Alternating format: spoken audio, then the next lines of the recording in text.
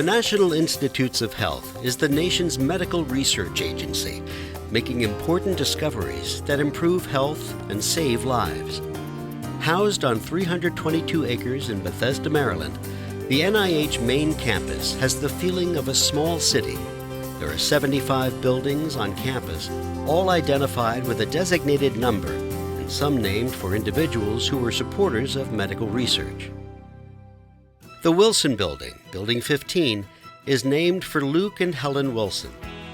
Wilson's vision to bring NIH to Bethesda was achieved through 4 gifts totaling 90 acres of land from their country estate, Treetops, to the federal government beginning in 1935.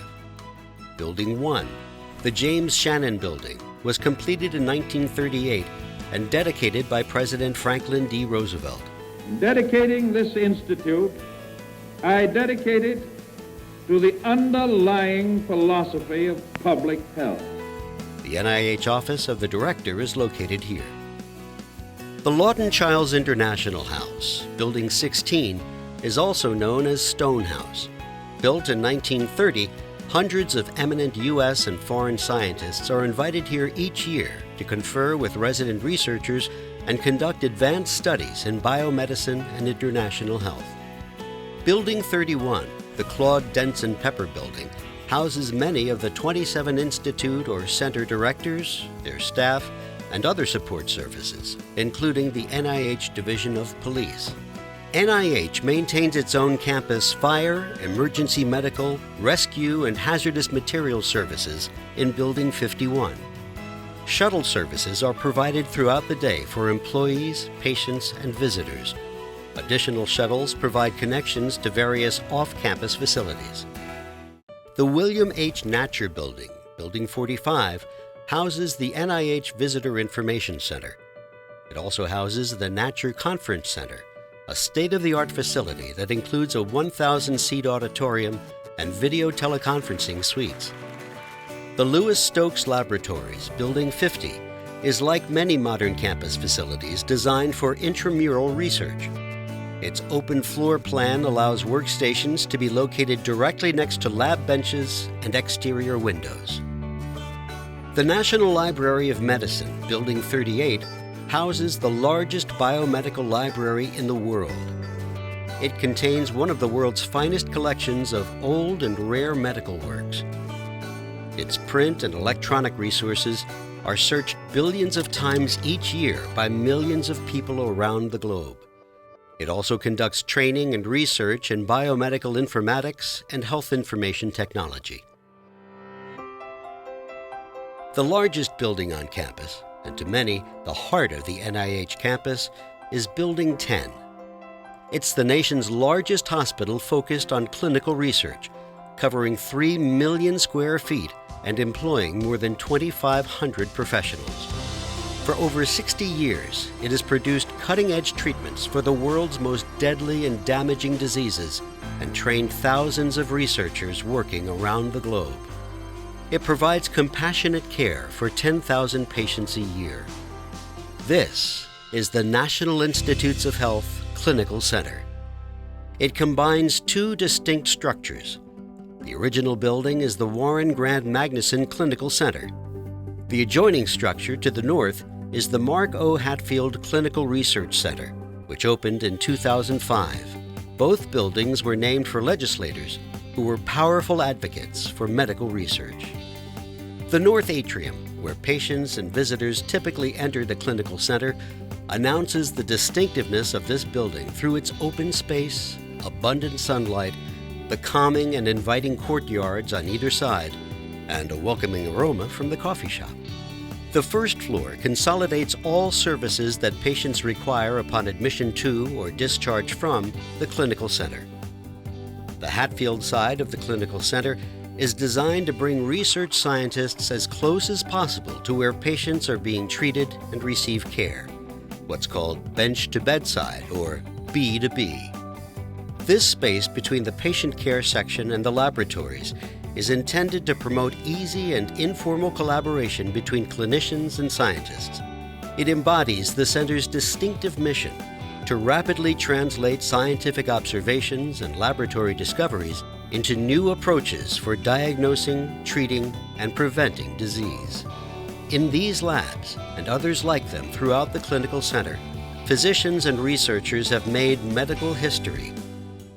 The development of chemotherapy for cancer, the first use of an immunotoxin to treat a malignancy, the identification of the genes that cause kidney cancer, leading to the development of new targeted treatments for the disease, the demonstration that lithium helps depression, the first gene therapy, the first treatment of AIDS with AZT, and the development of tests to detect HIV, AIDS, and hepatitis viruses in blood, which has led to a safer blood supply.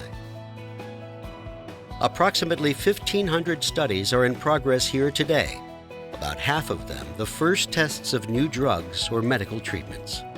The rest are long-term studies of diseases, including many rare ones, that will lead to better understanding of how they develop and to improvements in prevention and treatment. The patients at the NIH Clinical Center are viewed as part of the team, partners in research. To be here, they must meet all the parameters of a research protocol. Patients may see as many specialists in a week as they'd see in months in an ordinary setting, and all study-related expenses are covered. The pediatric department has been specially designed to make the clinical center's youngest patients feel more at home. The ceiling overhang was designed to make the hallway seem cozier, and the hand railings and countertops are set at a lower height. Colorful light fixtures unique to each room allow a child to identify their room without needing to memorize a number.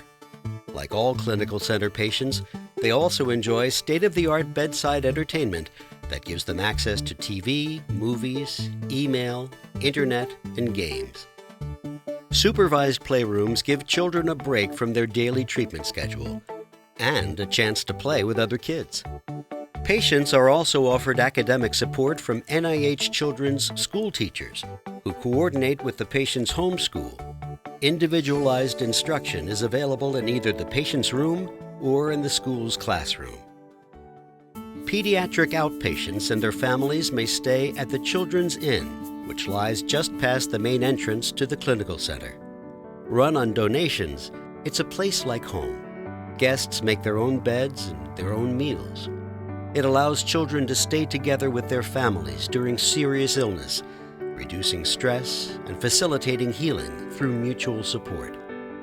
The nearby Edmund J. Safra Family Lodge provides a similar home-like respite for families and loved ones of adult patients.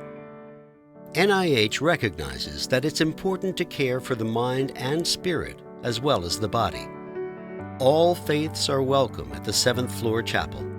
Chaplains are on duty around the clock for individual spiritual care and prayer, as well as conducting regularly scheduled ecumenical, Christian, Catholic, and Jewish services. Purification rooms are available for Muslims to engage in ritual ablutions before prayer.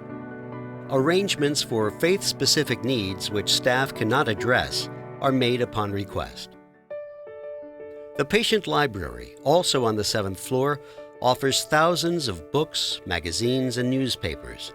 Patients and caregivers can check out materials or just relax with a good book in the welcoming environment. They can also access the internet at one of several computer stations. In addition, music and movies are available for checkout or delivery to patient rooms upon request.